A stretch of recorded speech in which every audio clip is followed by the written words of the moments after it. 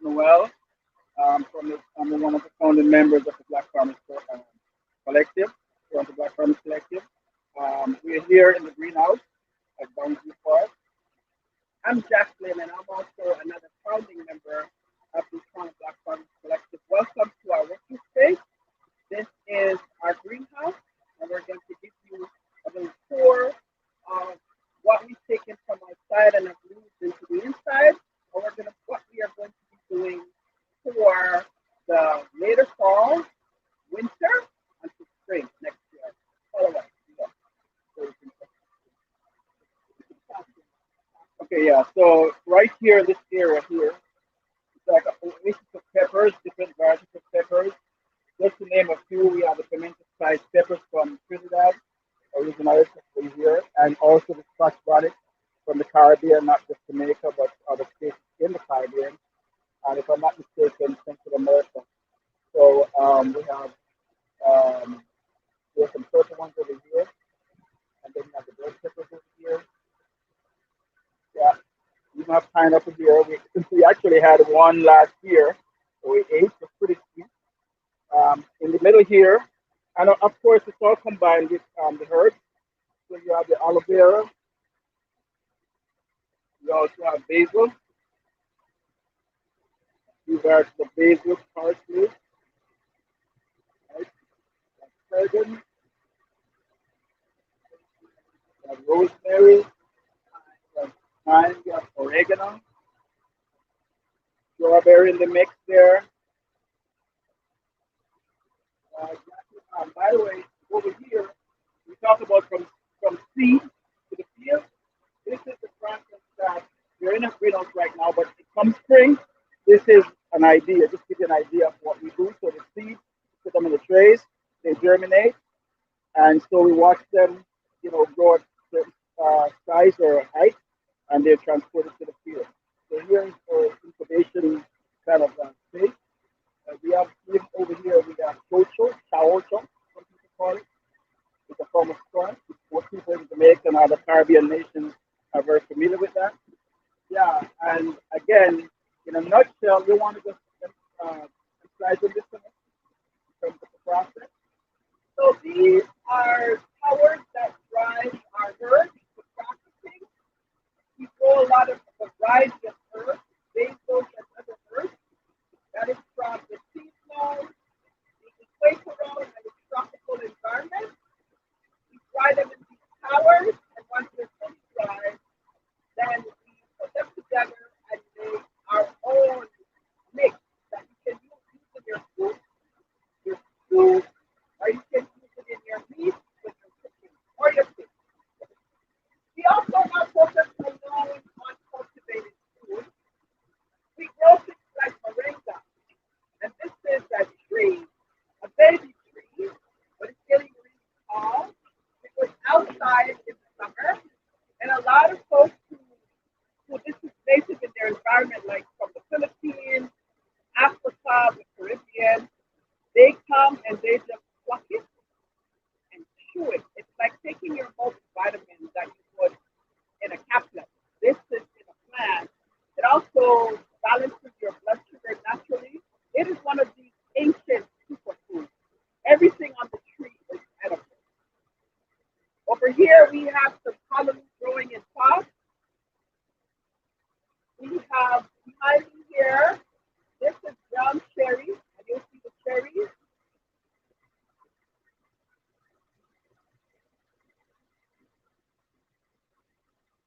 And we also have some beautiful house plants. They call this snake plants, and people usually put them in their homes to suppress the negative electrons that circulates in your house when you have a lot of electrons. So they're great house plants to have. And you can look at the basil here, seeding, and they smell very, very good. So we employ that people come to our greenhouse and take a look at the innovation inside here, how we grow throughout the winter, and how these foods get used. This barrel that we have, we're going to experiment with a piece of yam head in here to grow over the winter. We want to see how well it fares in the winter, then to spring, and then to summer. Okay. Over here, we are growing in pots, in fabric pots. We have a whole bunch of kale planted. We have down there rainbow charge growing, and we have other herbs like aloe vera, mint, um, lemongrass, and a few other herbs along there. The reason why we do that is because insects will eat your plants alive. So you have to create an environment where when they come and they bite into this and it doesn't taste great and they go over there, they quickly leave because it's not favorable to them in the environment. These raised beds on the floor are fully planted with curly kale and dino kale for the winter. And we have a system an irrigation system that is in place, so we don't necessarily have to be here. Um, and so at intervals, you can put a timer on it, and that chips in within a certain time period. And everything is balanced, like water is a balanced way, so we're having a hose all, all over it. And so, plants is fed by group, so the water is concentrated at the root of the plant. So just give you a synopsis of how it works. And, yeah. We also have incubation lights. So when we start seedlings or when we're growing plants, a lot of people don't know that plants go to sleep like them at night. So it's not good to harvest your plants in the night. Harvest it first thing in the morning. These incubation lights help to germinate seeds, and it also helps to keep the plants healthy and green. We also have here, there's a lot of, this man just came in and asked us for strawberries. We have a pot here with strawberries growing. And look, the strawberries are vine. So anywhere this root, it just sends out another root of strawberry. And there are actual strawberries on it.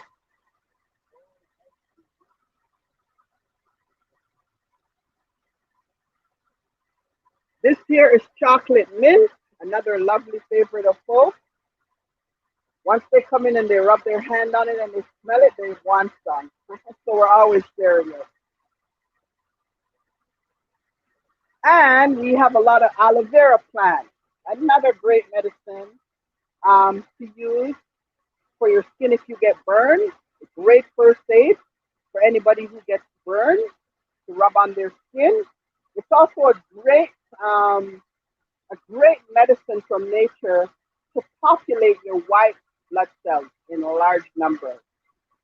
This is something that we should be drinking over the winter with freshly squeezed orange juice blended. You take it twice a week, and it will help to populate your white fibers greatly. This here is a pineapple. We've eaten a pie from it before, just like when we were at home, delicious and sweet. So we thought once we harvested that pineapple, that was the end of it. It wasn't the end. It sent out another sucker, and now we have another pine growing. So these are the blessings of being in a greenhouse and be able to harvest and eat and share this wonderful food.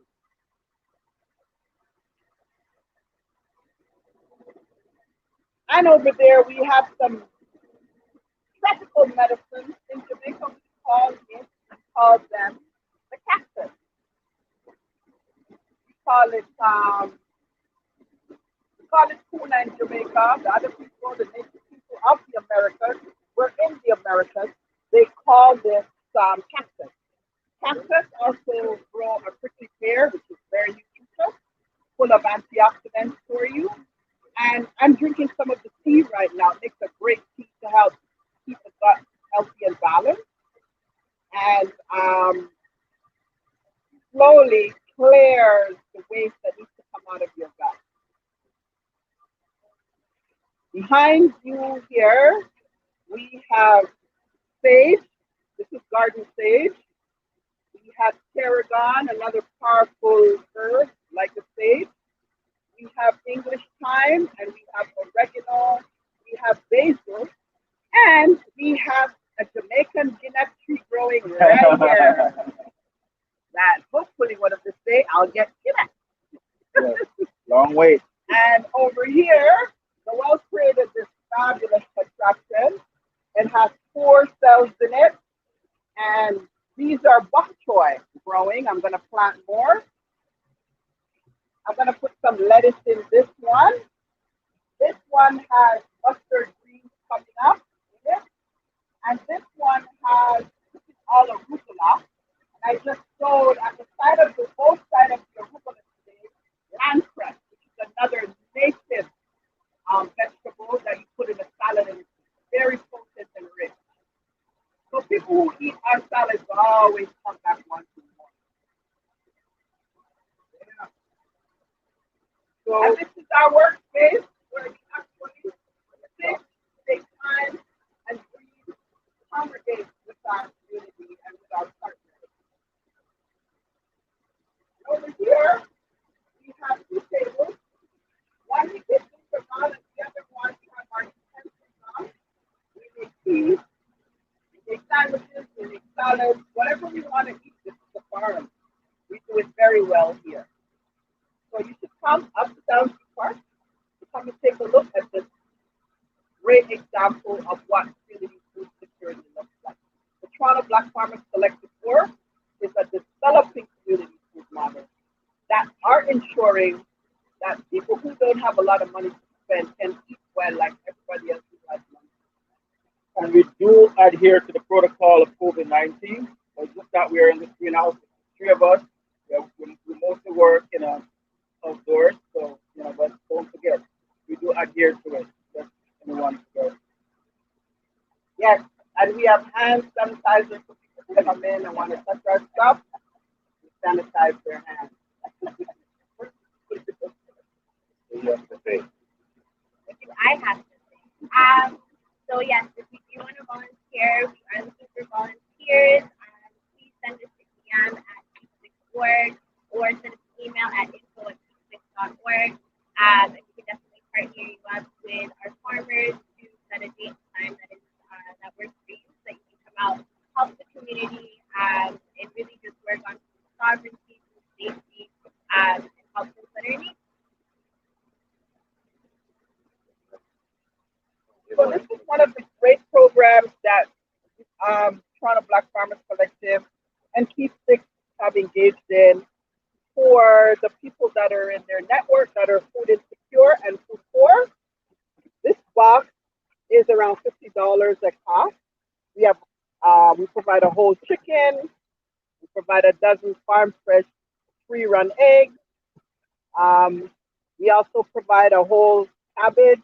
We provide some beef, some potatoes, tomatoes, peppers, hot and sweet, and two bunch of leafy greens for somebody who might not have this and need to be eating this to help to build immune health.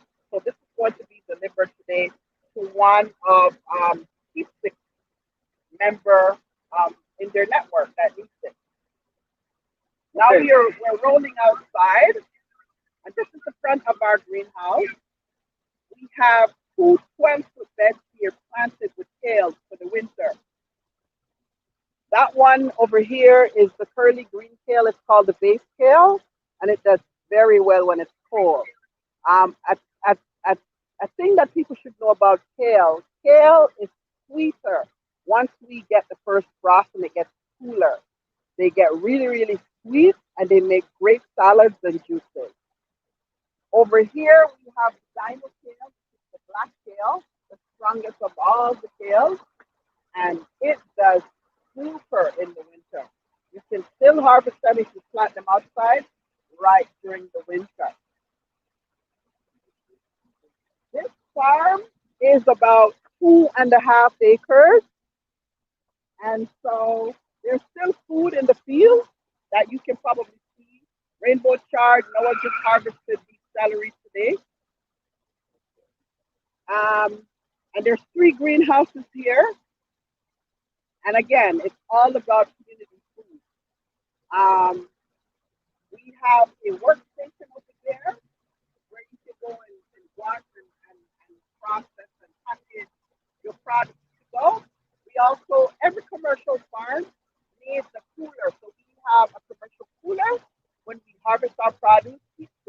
there. And over here, I'm going to show you guys this briefly.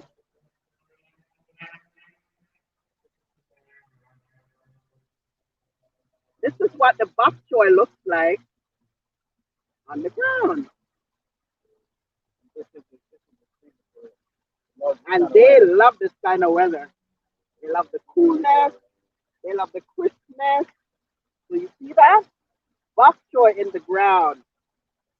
So, in a nutshell, we talk about the seasons. A lot of farmers, especially the elders from other jurisdictions, maybe from Europe, Africa, Central America, the Caribbean, they talk about the moons a lot. So when you're growing certain foods, you look at the new moon, full moon, and that determines your yields and how prosperous your farming can be. It sounds old school, but it's very realistic because if we look on our bodies and see our bodies operate the same scenario with plants, so we treat them likewise. The other thing too, in terms of the seasons, as we know, right now as we speak, it's fall, right? So there are certain foods that grows well, like the kale and the bok choy. They like the cool weather. The celery loves that too. Not that. And so we have to understand how the season works. It could be a successful farmer. You definitely have to understand about the season. So we talk about the environment. It's important to understand how the environment is and how it's affecting us right now. Because a lot of us are impacted in a bad way, based on how everything is out of healthy, things not working the way it should. Um, there are certain bugs that we're experiencing that we have never seen, pests, and so all those dynamics, a farmer has to have some form of knowledge as to how to combat these issues when it comes to bugs, pests, stuff like that. Over here is the stick chart, a couple rows of stick charts, maybe about what, 6 feet, maybe somewhere around there.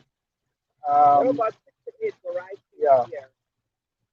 And they're called rainbow because of their beautifully colored stalks and leaves. Some of them, you can look at them and tell the amount of nutrients that you get from eating these plants fresh and wholesome. This one here at my feet, we have green onions, and this is a radish. Right? It's a horseradish. Radishes are traditionally harvested around this time of the year. Um, Different cultures make different things with them.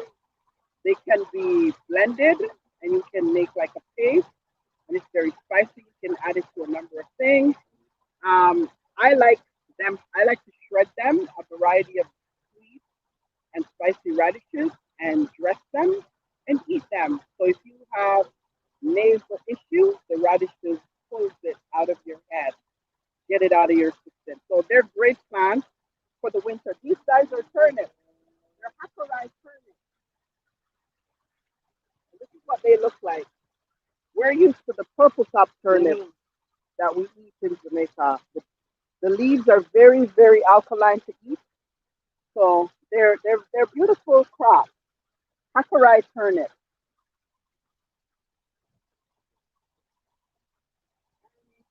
Across here, so if you look on the field, you'll see a whole bunch of potatoes on the ground. This is what was grown this year, and they've cleaned up the field. we And having lots of now tomatoes. we're stepping into the spinach bed. So this is spinach. Some of this is just going to be left here for winter, and then in the spring they turn it in the ground and plant another crop. The rule of rotation in a quote unquote organic system is that you rotate your crop. So you don't plant spinach here all the time, like the conventional style of growing. You rotate and you put something else here. So if this spinach has some kind of pest going on in the soil, whatever else you put here, they will not like it and they will move. So that's also a part of the organic rotation to ensure that you rotate whatever crops you grow as much as you can. And these guys have been harvesting. Look at those spinach. They're just harvesting the spinach and getting them out in the marketplace. A lot of people love spinach. So it is one of the cold tolerant crops that is prevalent right now. And also green onions. They love the fall and they love the spring weather. And here's more bok choy over here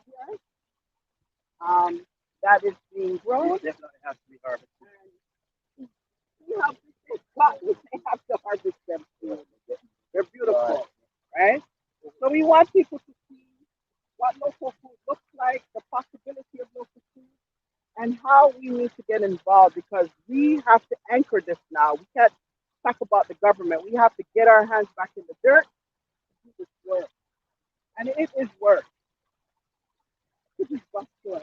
We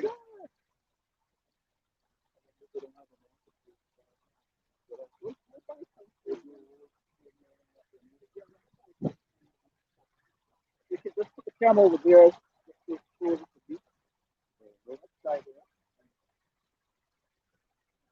Yeah, over here is beef. One farmer already chopped down his plantation for the season, and he's bedded it down.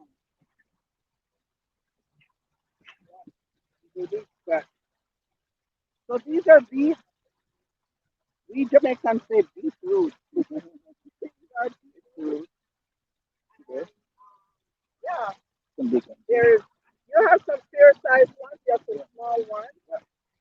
And there's a variety of about four here. So you have the red golden beef, beef. you have the golden beef, you have the Chigogia beef, and they have a new variety now, the white beef. I don't know what it does, but it's probably just when we talk about bedding down, this is what it is. So the farm to yeah, to sleep, you suppress the weeds in the spring, when everything is coming up, the weeds will be suppressed, and so it's easier to control. Then you make a till. Some people till it with a tiller or a tractor. Some people just use their little fork because one of the reasons why we don't necessarily use heavy tractors in an urban setting because of course you have less land to work with, because of the suppression of the soil. It compresses the soil. The tractor is pretty heavy, and so we try to avoid that. Plus the worms help us in the winter time to regurgitate the stuff that we cut up, like after whatever it is that we go there, we turn it back into the soil. So in the wintertime, the worms help us to work on that. So you don't want to put a heavy machine in there like a tractor to suppress that, and of course it kills the worms. So that's one of the things that in an urban setting, of course, when you have 100 acres and stuff, it's not humanly possible to do it physically. But in this way, you just cut up parcels of land and you can do whatever is necessary based on what you want to do. One guy has already done some. One thing that I forgot to mention, like land is a scarcity in the city of Toronto. We are in Downsview Park, we're on federal land, but land in general is a scarcity. Arable fertile land is a scarcity in Toronto. So a lot of these plots that we're looking on, that we're seeing in the video, the work is done by tenant farmers. So every year people rent a spot or keep their plot going by growing their own food for their own consumption, or they do a market or get it into the marketplace somehow. Very, very important. Food is a multi-trillion-dollar economy in every country. I don't know why we're not trying to do that here.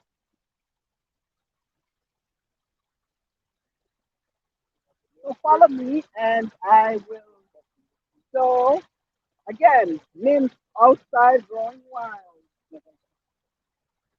Those over there are turnip bushes. Turnip is another alkaline green we should be eating a lot more of. These are tomatoes. New Zealand. These ones are fighting.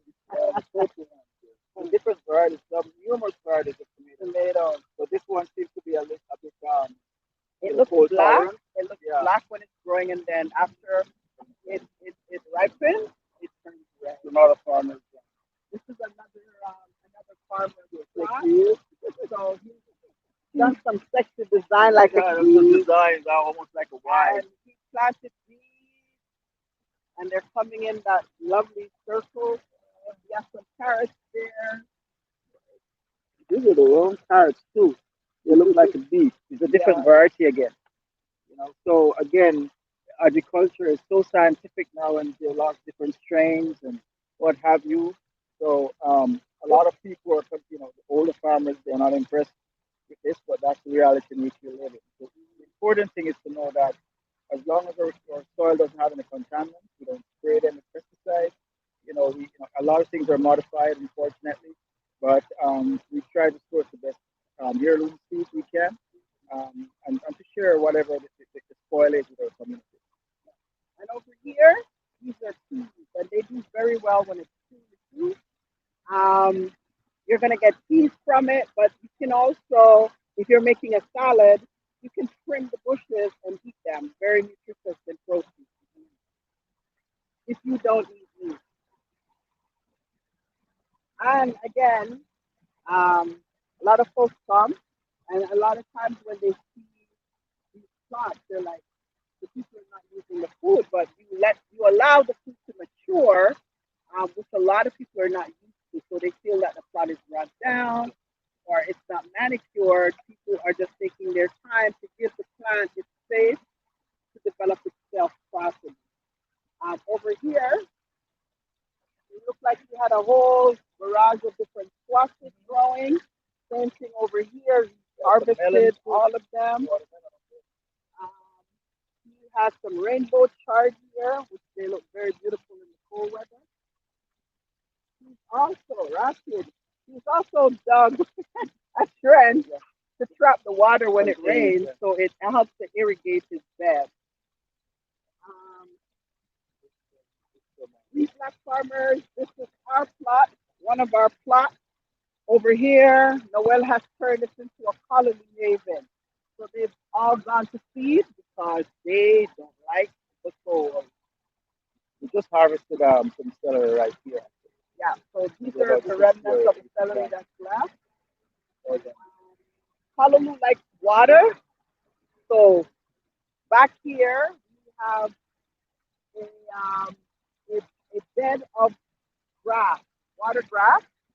And so what Noel did smartly, he dug this up and added organic matter to it and built it up over time.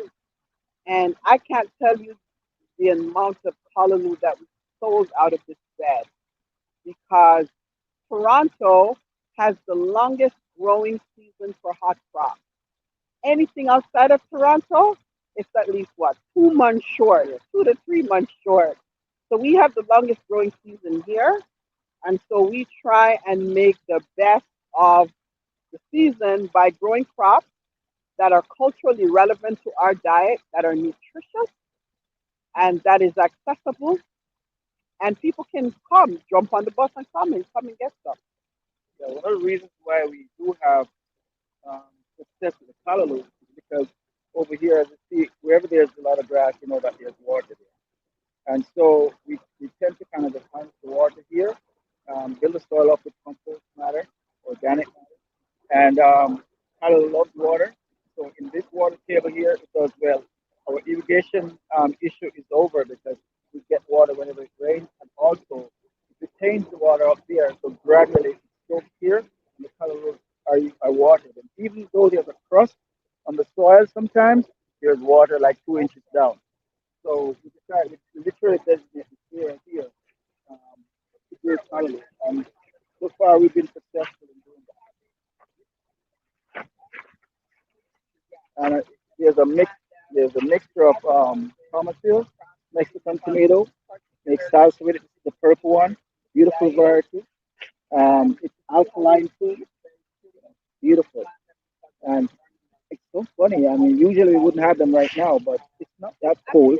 We have not had a frost yet, so I think this is the reason why we can pick these right now. Great, you can see that. Yeah. So there's a mix of wild food just grows up here sometimes. We leave it because it's a part of permaculture where we don't do monocropping and everything grows in one area, and so they thrive. The bugs are also suppressed when that happens because they get confused as to what they like, and so it's easier to contain. When a matter of fact, if you are a farmer and you have acres of land, it's best not to do monocropping because if there's a pest, bug problems, whatever, you could lose your entire crop for the year. So in an urban setting, of course, you don't have the luxury for a lot of land, so it's good to do this. So they're called tomatillos, the Mexican tomato. Wow, look at this. You're watching on onion. Look at that. Yeah, there's onion there. Yeah, I gave her some. So you can make salsa when you go home. And again, yeah. So we had squashes here. We had celery. You can see some celery still here, yet to be harvested. There's the celery. We just, we cut this out and we dry them, wash them, dry them. We incorporate that with the herbs that we have in the greenhouse, and there we have a powder. You can add your squashes, your pumpkin, your carrots, beets, and you make a sweet powder. So these are some of the things that we do, not just growing food, but we animate food. So people how to create certain dishes from the food that we grow in a very natural way. Oh, Economically, it's profitable too. Yeah. Look at this one here. Mm. And they're sweet. You see? Yeah. Oh, okay. And normally with this one here, well, you're gonna just put them down for seed because it's too hard. Hard. And it's always, especially if you get some heirloom seeds from someone. Say you give me a bunch of heirloom seeds. You want to continue that strain. So every time that you grow, you save a couple of them, the seeds, so you can continue with that same guy. Yeah, look in here. What happened? Oh yeah, there's lots of colleges here. You don't know all of it. We picked maybe about 2,000 more already. Um, yeah. so You know what what? what are these? Is this a flower? The, yeah, these are the seeds, and this is the perfect callaloo. Yeah, different varieties. A lot of people. Yeah, but the seeds is what you literally save. We talk about seed saving. So if you have some callaloo this year, someone gave you a couple of seeds just enough for a few plants. Next year you want to build your stock, you seed save a couple. So two plants can give you hundreds of seeds. There you go. Your stock is filled. And callaloo is something that we affectionately call the amaranth. Yeah. But callaloo is actually a dish we Jamaicans make, and it's spicy. It has the flavor of all our seasonings, and we put thyme on it, the English thyme on it, to make it smell nice. But affectionately, we refer to the plant as callaloo, but it's from the amaranth family. Oh my goodness. Look at. What kind of peppers are those that we have over here? So they're a habanero. That was bred for here. They're a habanero that was bred for you. That one is spoiled. Um, they're a habanero that was bred for here. They're hot. They're not hot like a Scotch bonnet, but they're hot, and you can cook with them. They're very good to cook with.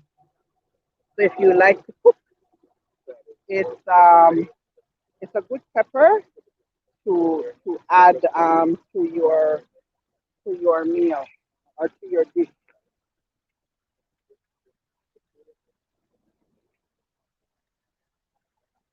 It's a locally bred habanero.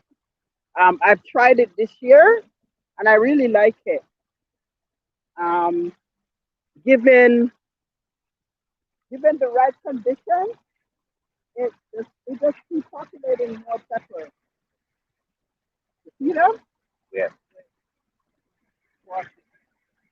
Oh, over there, yeah. More look at the squash. Winter fruit. So these are winter foods. Why? Yeah, these are winter fruit. Yeah. See, so they're very mature. Vines are all dried up. They are very mature. The flavor is gonna be superb. You can incorporate that with some basil too. So this is the concept of permaculture, where you incorporate everything in one area. And so some like basil and tomato, they kind of just complement each other. Tomatoes love to grow with basil. So that's another thing too. So farmers have to understand how to grow. If you're looking at yield and um, to maximize your growing and your yield, all these components are important to know. These guys are ready to be harvested. They're beautiful.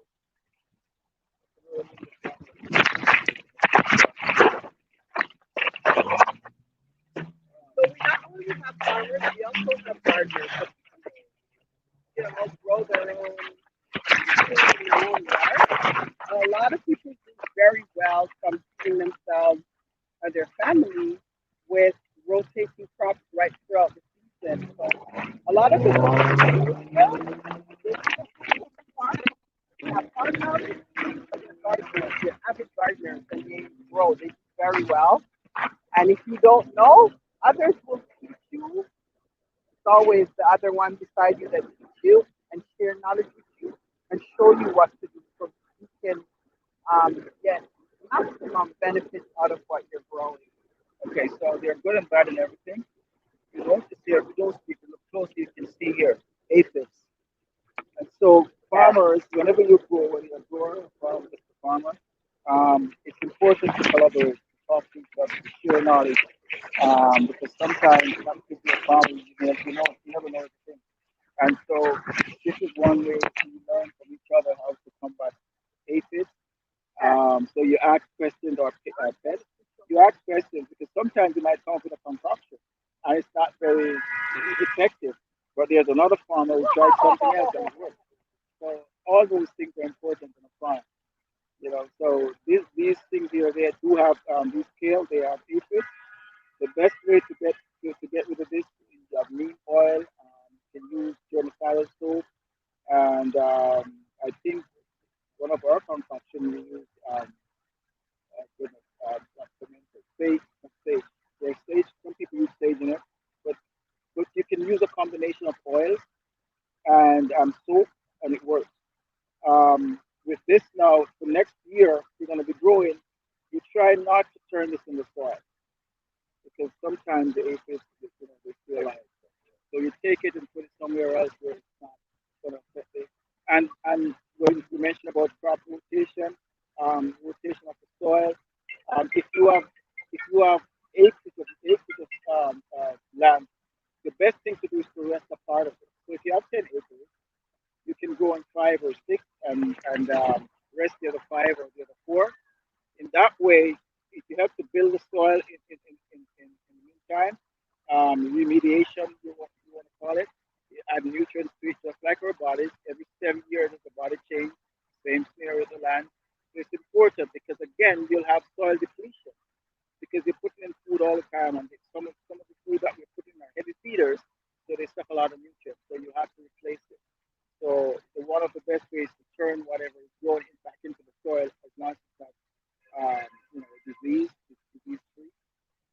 I would recommend for someone who started to grow, all of us really, but especially someone who started to grow, if you're not very familiar with the land, in terms of its contaminants or its depletion of the soil, it's always good to get soil analysis done so that you have an idea as to what needs to be placed in the soil for you to maximize the growth.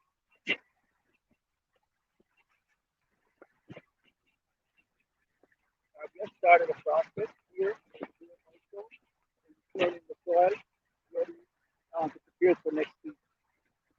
Oh, over here, actually, when we started out, the kale, they were eaten by deer. We had other pests, and they were actually no good. If you notice now, it's cooler, and look how beautiful they are. So the cycle of the aphids and that is done, and this is their glory. I love this kind of weather, and so look how beautiful they are. And these are called the dinosaur kale or the black kale. And we have there's not much left anyways now. That is pimento spice pepper, that's pepper, and some other varieties here and there. Actually, the harvest wasn't too bad for peppers here. That we didn't grow a whole lot, but we got quite a bit out of it. So, oh, oh, so we can make salad with it.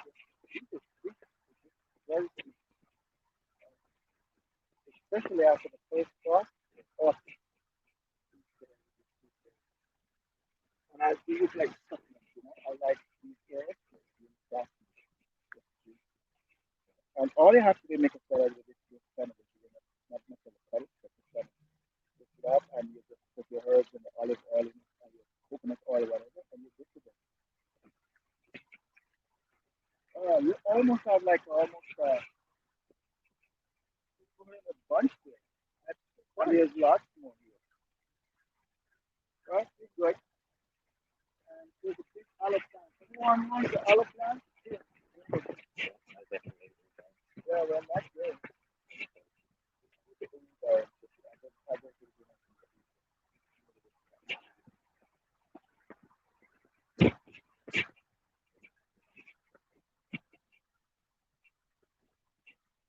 So I just harvested some dino kale. Great stuff. Great in a salad. Great in soup, in stew, or in your power drinks or in your smoothie. Great, great, great kale to eat. And over here, as you're walking by, these are sunchokes. They're like a potato. They grow in the ground. When they're ready, they send out these small sun-looking flowers, sun-like looking flowers. Um, in Canada, they have, or in the Americas, they have the three sister planting by the native people. That's peas, corn, and squash. When they add this sunchoke to it, it becomes the fourth sister.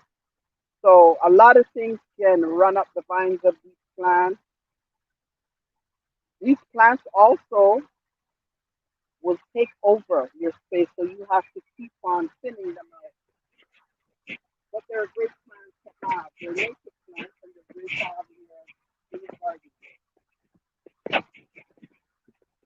We have another medicine here um, for the monarch butterflies that so many people love. They come back every year to pollinate this, and it's a medicine for them. And over here, there's some more. These are red romaine lettuce. These are small heads. Some people like small heads, some like big ones. These are red, small head romaine lettuce.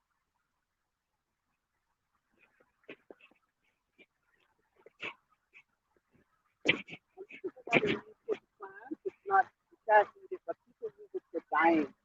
It's golden rod. Beautiful.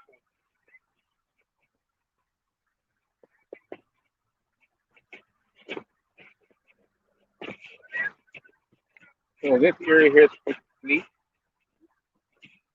And so this person here, this plant is garlic here. You can tell because of the straw that has This covered it. garlic won't be ready until next year. Yeah. The garlic will come up with the spring. So over the winter, the snow in the cold will winterize it, and then it will spring up in the spring and start to grow.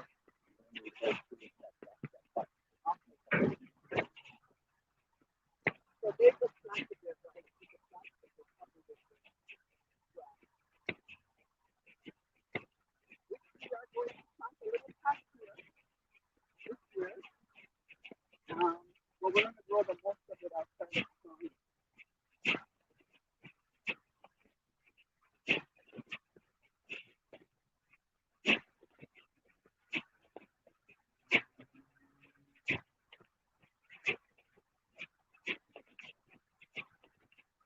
So this is what the work looks like in the blend.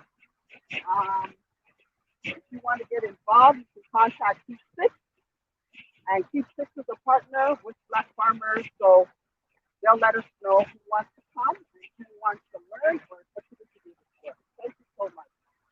Thank you, Jack. Here we are back in the greenhouse.